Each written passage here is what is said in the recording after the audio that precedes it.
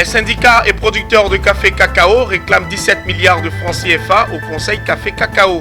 Cette somme leur était destinée pour faire face aux effets néfastes de la Covid-19.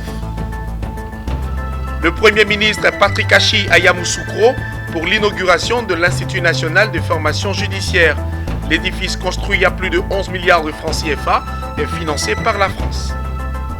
Et puis au Togo, l'établissement financier Versus Bank signe un partenariat avec le Fonds africain de garantie et de coopération économique, le but étant d'accompagner les PME.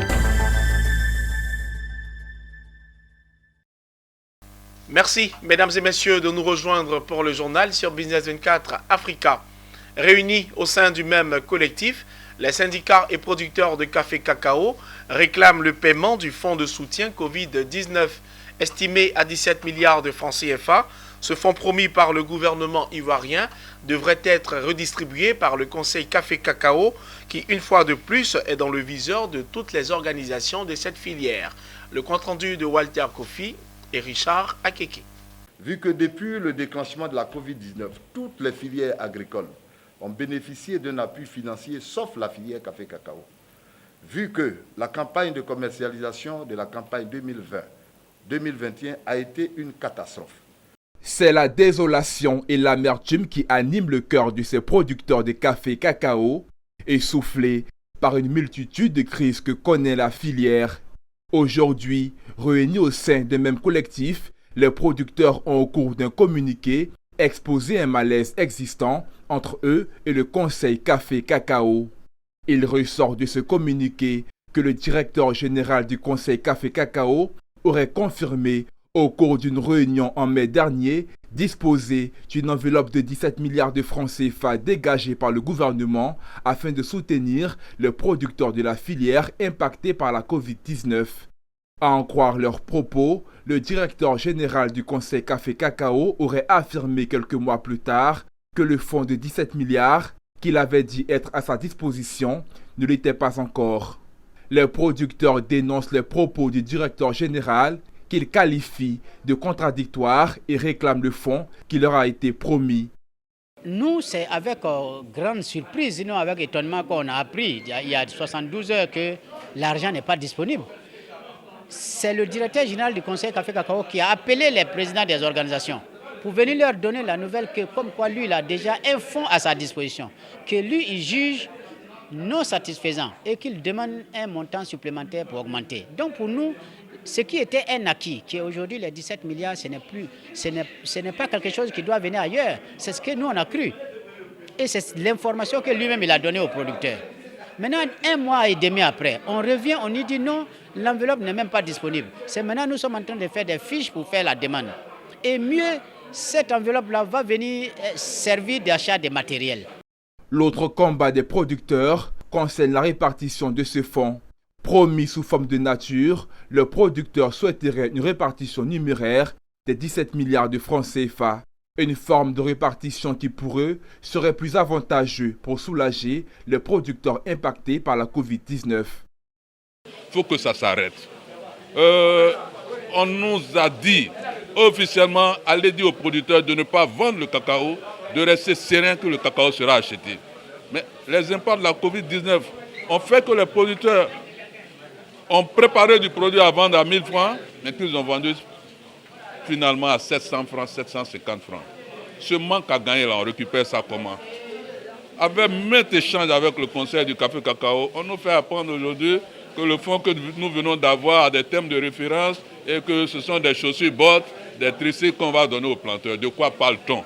Notons qu'après ce communiqué, le collectif des organisations de producteurs de café cacao espère une rencontre avec le président de la République afin de porter de vive voix tous les problèmes que traverse la filière, pilier de l'économie ivoirienne. Les femmes exerçant dans le secteur du vivrier se sont rassemblées au sein de la plateforme du secteur du vivrier de Côte d'Ivoire. La présentation officielle de cette structure s'est faite récemment à la Bibliothèque nationale du Plateau. C'était une occasion inouïe d'apprécier le savoir-faire de ces braves femmes depuis les plantations en passant par la transformation et la commercialisation de leurs produits. On en sait plus dans cet élément de Raïssa Yao et Doumbia Ayouba, commenté par Emmanuel Bonzo. Les femmes du vivrier de Côte d'Ivoire ont décidé de s'unir pour être plus fortes. Elles se sont rassemblées au sein de la plateforme des femmes du secteur du vivrier de Côte d'Ivoire afin d'être plus efficaces dans l'exercice de leur activité. Une structure présentée jeudi dernier au grand public. Cette plateforme vient répondre à la problématique de la valorisation des produits locaux. Biscuits de manioc, gâteaux faits à base d'arachide ou de noix de cajou, liqueurs aux épices, tablettes de chocolat et pâtes à tartiner au chocolat sont entre autres des produits confectionnés par les femmes exerçant dans le domaine du vivrier. Un savoir-faire made in Côte d'Ivoire. Spécialisé dans tout ce qui est friandises. Donc j'utilise toutes les farines locales pour faire des biscuits, gâteaux, etc. Tout ce savoir-faire et ces produits ne pourraient avoir de la valeur que si ces femmes parlent d'une seule voix. Il faut donc formaliser ces différents groupements afin de sortir de l'informel et bénéficier de l'aide de l'État. Le 7 janvier, quand on a mis en place la plateforme, on a commencé à organiser nos femmes. Celles qui sont dans des groupements, qui sont dans des associations, on a dit qu'on doit travailler. Donc il faut formaliser leurs différents groupements. C'est-à-dire se mettre en coopérative, acquérir son DFE, avoir son agrément, c'est important pour que tu puisses te présenter quelque part. Et les femmes, elles sont bien conscientes de cela. Une structure qui va donner de la valeur au travail de ces femmes depuis les plantations en passant par la transformation et la commercialisation. Composée de 50 coopératives et plus de 5000 membres, la plateforme des femmes du secteur du vivrier de Côte d'Ivoire a également un volet social, celui de se soutenir entre femmes. Le préau là, il y a tout, il y a des magasins. Si ma soeur, tu n'as pas les moyens, si tu viens dans ce temps, je les installe sans rien payer. Ces femmes ont reçu la caution de leur ministère de tutelle, celui de la famille, de la femme et de l'enfant, qui s'est engagé à les accompagner tout au long de cette aventure. Au moment où la Côte d'Ivoire est en train de travailler à assurer la cohésion du tissu social, que les femmes donnent un signal fort de se mettre ensemble pour travailler les mains dans la main, le ministre de la Femme, de la Famille et de l'Enfant ne peut qu'éprouver un sentiment de fierté. Konankwaku Bertin, ministre de la Réconciliation nationale, a rehaussé cette cérémonie par sa présence. Au bout de l'effort se trouve la récompense. Après plusieurs années de travail, 94 étudiants de l'école hôtelière de Grand Bassam ont reçu leur diplôme de fin de formation en hôtellerie-restauration. Il s'agit de la promotion 2020 Jean-Marie Sommet et de la promotion 2021 Daniel Cissé Bakongo. La cérémonie couplée de distinction a réuni parents, étudiants, personnalités traditionnelles et administratives, et ce, dans une atmosphère bon enfant. Le compte-rendu de Zeynab Desso et Ismaël Doza.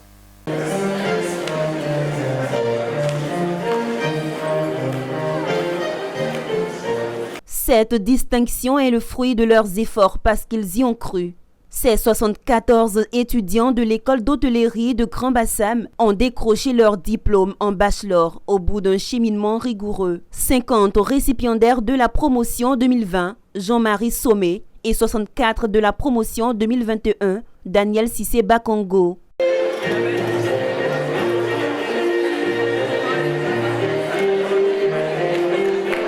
Ces 3 années furent vraiment denses. Ça n'a pas toujours été facile parce qu'on devait assurer au travail également, assurer à l'école. L'audace dans le travail, l'humilité, l'honnêteté et la persévérance feront d'eux de bons managers. En témoignent les autorités ivoiriennes qui voient en ces récipiendaires un capital humain pour relever les défis liés au secteur de l'hôtellerie. Et pour nous qui sommes, je dirais, des observateurs de la vie économique, de la vie sociale, de la vie culturelle et environnementale, il est heureux que cette école ait vu lieu et sa contribution est donc fortement demandée pour l'avancement du tourisme en Côte d'Ivoire. On dit bien une femme qui travaille, c'est toute l'équipe féminine ivoirienne qui gagne. J'ai été touchée d'entendre tout à l'heure qu'elles sont souvent victimes de critiques quant à leur choix par rapport au domaine de l'hôtellerie. Il serait bien qu'elles marquent leur leadership dans ce métier et qu'elle valorise ce métier aux yeux de tous. Tous ces honneurs ont été possibles grâce à la volonté du président de l'école EHB, École d'hôtellerie de Grand Bassam, Olo Germain, par ailleurs vice-président du Sénat ivoirien, d'ériger une école d'élite en management d'hôtellerie-restauration.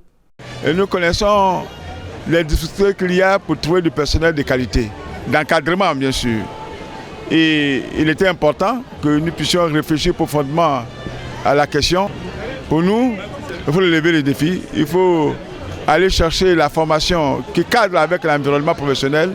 Fait marquant de la cérémonie de distinction, la signature d'une nouvelle convention d'ouverture du cycle de MBA en management hôtellerie-restauration avec le partenaire clé, l'école hôtelière de Savignac en France. Cette signature permettra aux jeunes de terminer leurs études pour offrir leurs compétences aux entreprises.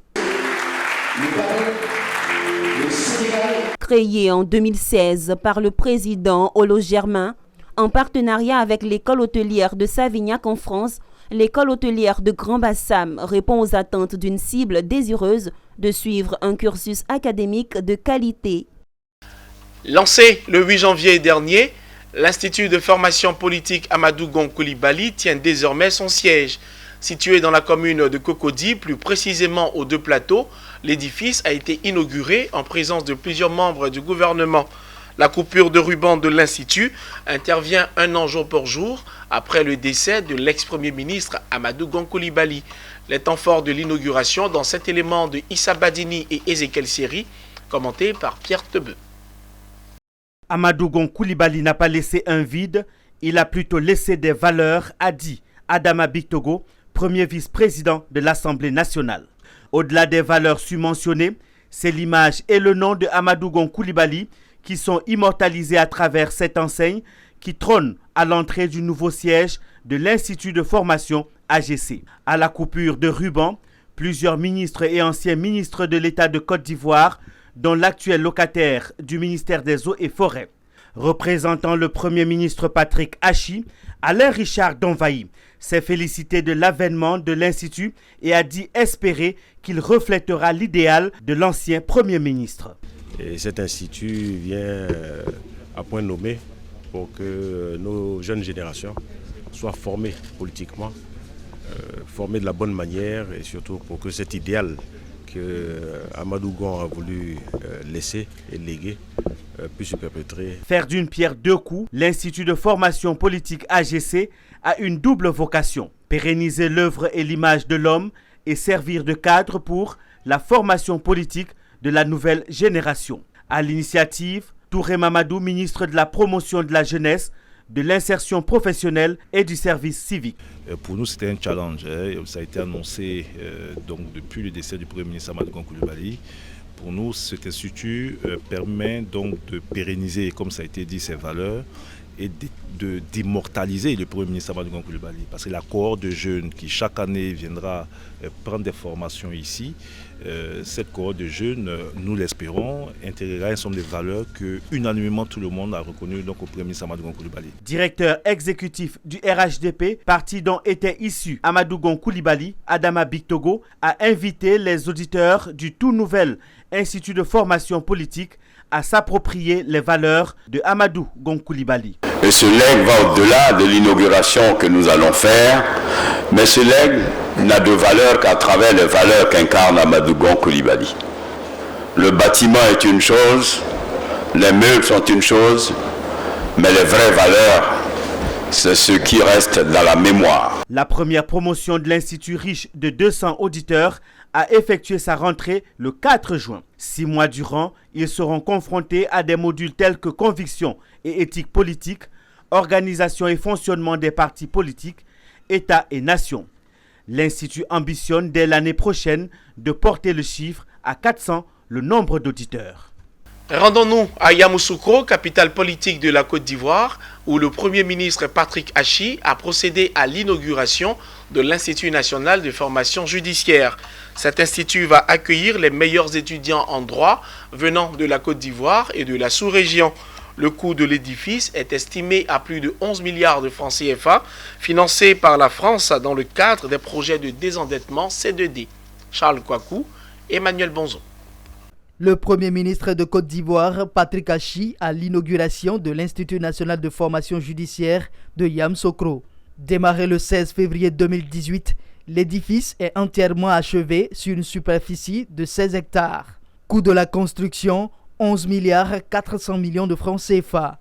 L'Institut national de formation judiciaire de Yamoussoukro s'inscrit dans le cadre du plan national de développement du gouvernement et de la politique sectorielle du ministère de la Justice et des Droits de l'Homme qui vise à renforcer le fonctionnement du système judiciaire et à garantir l'accès des citoyens à la justice ainsi qu'à la promotion des droits de l'homme.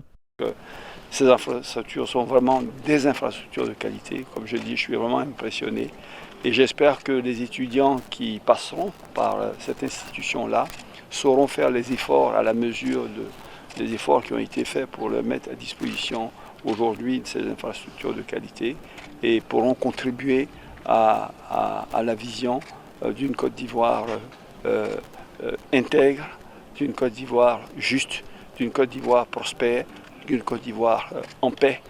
15 ans après sa création, l'INFEJ retrouve son siège tel que fixé par le décret 2005-40 du 3 février 2005. La tenue de la cérémonie de ce jour est non seulement la concrétisation d'un rêve, mais elle témoigne également de la détermination de l'État de Côte d'Ivoire à améliorer les conditions de la formation des acteurs judiciaires. L'Institut national de formation judiciaire a été financé par la France dans le cadre du projet de désendettement. Monsieur le Premier ministre, au vu de tels résultats, je souhaite ici renouveler l'engagement de la France, à travers l'AFD, de poursuivre son partenariat avec le ministère de la Justice et Droits de l'Homme, notamment dans le cadre du 3e C2D en cours de discussion. L'Institut national de formation judiciaire vient renforcer les établissements de référence de la capitale politique Yamoussoukro. Sa mission est le recrutement et la formation des personnels judiciaires, magistrats, juges et conseillers consulaires, greffiers, personnel de l'administration pénitentiaire et de la protection judiciaire de l'enfance et de la jeunesse et des membres des autres professions judiciaires. Restons à Yamoussoukro où l'édition 2021 du FESA, entendez le Festival des sciences agronomiques, a récemment rythmé la vie estudiantine. Ce fut une occasion pour les étudiants de l'École supérieure d'agronomie de l'INPHB de montrer leur savoir-faire sur le plan académique, scientifique et même sportif. Le FESA a été l'occasion pour les structures intervenant dans le monde agricole de venir échanger avec les étudiants. Le reportage est signé Charles Kouakou.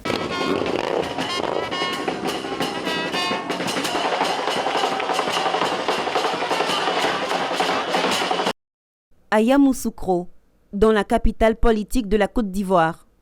L'édition 2021 du FESA, Festival des sciences agronomiques, a débuté en fanfare avec ce défilé carnavalesque des étudiants et des partenaires du monde agricole. Nous sommes à l'École supérieure d'agronomie ESA de l'Institut national polytechnique Houphouët-Boigny, INPHB.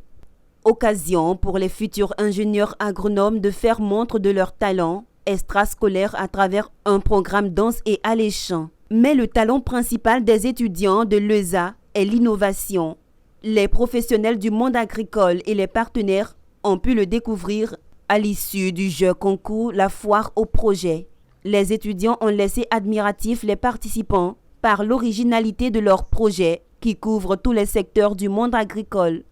Le Festival des sciences agronomiques était également un moment de réflexion. Plusieurs panels ont meublé la rencontre. Le groupe Bayer, qui parrainait l'événement, ont édifié les étudiants sur le thème « Les challenges et les enjeux face au changement climatique », le cas de Bayer West Central Africa. On a des exemples, on a des projets concrets. On met par exemple en place des pompes solaires en partenariat avec une ONG, CARE. Voilà, donc on a quelques exemples concrets qu'on met en place dans les pays et on travaille dans ces cas-là en partenariat avec les ONG. Et puis également, on a possibilité de financer un certain nombre de start-up, d'entreprises. Pour le directeur de l'ESA, Dr Kone Siaka, ce festival est important pour l'école car il permet aux étudiants de trouver des stages et aussi faire connaissance avec le monde professionnel. Cette manifestation permet d'obtenir donc des stages et du travail et de donc confirmer donc la volonté de ces étudiants à continuer à travailler donc dans une formation en sciences agronomiques pour satisfaire donc les besoins de la Côte d'Ivoire en termes de ressources humaines qualifiées. Après les panels, s'en est suivi le baptême de la promotion sortante. Merci.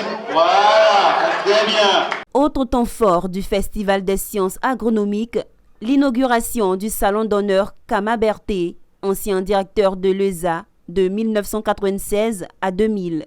Ce dernier n'a pas manqué de prodiguer des conseils aux élèves agronomes. Je suis à la retraite depuis quelques années, mais je retrouve une école encore dynamique, avec du personnel dynamique et des étudiants qui en veulent. Donc je suis confiant pour la Côte d'Ivoire. L'édition 2021 du FESA, Festival des sciences agronomiques, a pris fin dans la soirée du samedi par un dîner gala où les meilleurs étudiants ont été récompensés. Nous sommes heureux de... En Côte d'Ivoire, c'est connu, l'établissement financier Versus Bank a développé son expertise en matière d'accompagnement des PME ivoiriennes. Cette banque a décidé d'aller plus loin et récemment à Lomé au Togo, Versus Bank a signé un partenariat avec le Fonds africain de garantie et de coopération économique, en abrégé FEGAS. Les détails dans cet élément de nos correspondants à Lomé.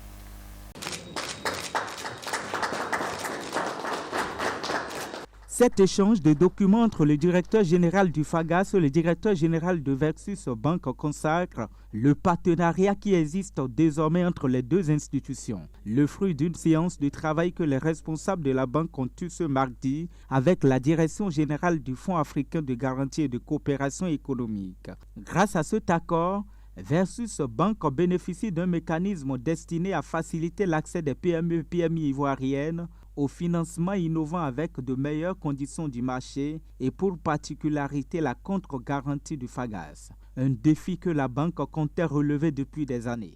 Votre institution, de par son expérience et sa connaissance du marché, a su mettre en place un dispositif stratégique pour répondre à ce besoin. Au fil des années, au niveau de Versus Bank, nous avons pu développer une expertise en matière d'accompagnement des PME.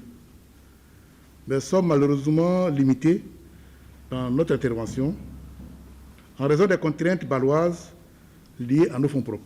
La séance de travail de ce matin nous a permis de constater que nous avons frappé à la bonne porte pour résoudre cette problématique. FAGAS et Versus Bank veulent donc travailler ensemble pour combler le vide laissé par le sous-financement des économies africaines. Pour le directeur général du FAGAS, ce partenariat est une opportunité pour mettre en commun les expériences et expertises des deux parties afin d'accompagner les PME et PMI ivoiriennes. En signant ce partenariat, le FAGAS met à la disposition de Versus Bank ses instruments de partage des risques qui sont la garantie de portefeuille et la garantie individuelle. Ceci permettra à la banque non seulement de financer davantage les projets en faveur des PME et PMI, et par conséquent de l'économie ivoirienne, mais aussi d'améliorer ses ratios prudentiels. À cet égard, je reste convaincu que le rôle catalyseur de Versus Bank dans l'économie ivoirienne, sa rigueur et sa célérité dans les procédures de financement, l'existence d'une forte demande devrait nous permettre d'aboutir sur des résultats probants dans l'intérêt des... Je voudrais terminer en vous remerciant sincèrement, Monsieur le Directeur Général, de la confiance que vous accordez au FAGAS, qui est une institution internationale et fêtière dont nos pays ont créé pour pouvoir accompagner le renforcement des investissements dans chaque pays. La stratégie du FAGAS en posant ses actes au profit des PME est de témoigner davantage son engagement aux côtés des institutions financières locales et régionales en partageant les risques liés au financement des projets que portent les PMI et PME et qui requièrent des garanties importantes. Cet accord s'inscrit dans le cadre du nouveau plan stratégique du FAGAS qui veut impulser le financement des économies locales. Ce journal est terminé. Merci de l'avoir suivi et de nous rester fidèles où que vous soyez dans le monde.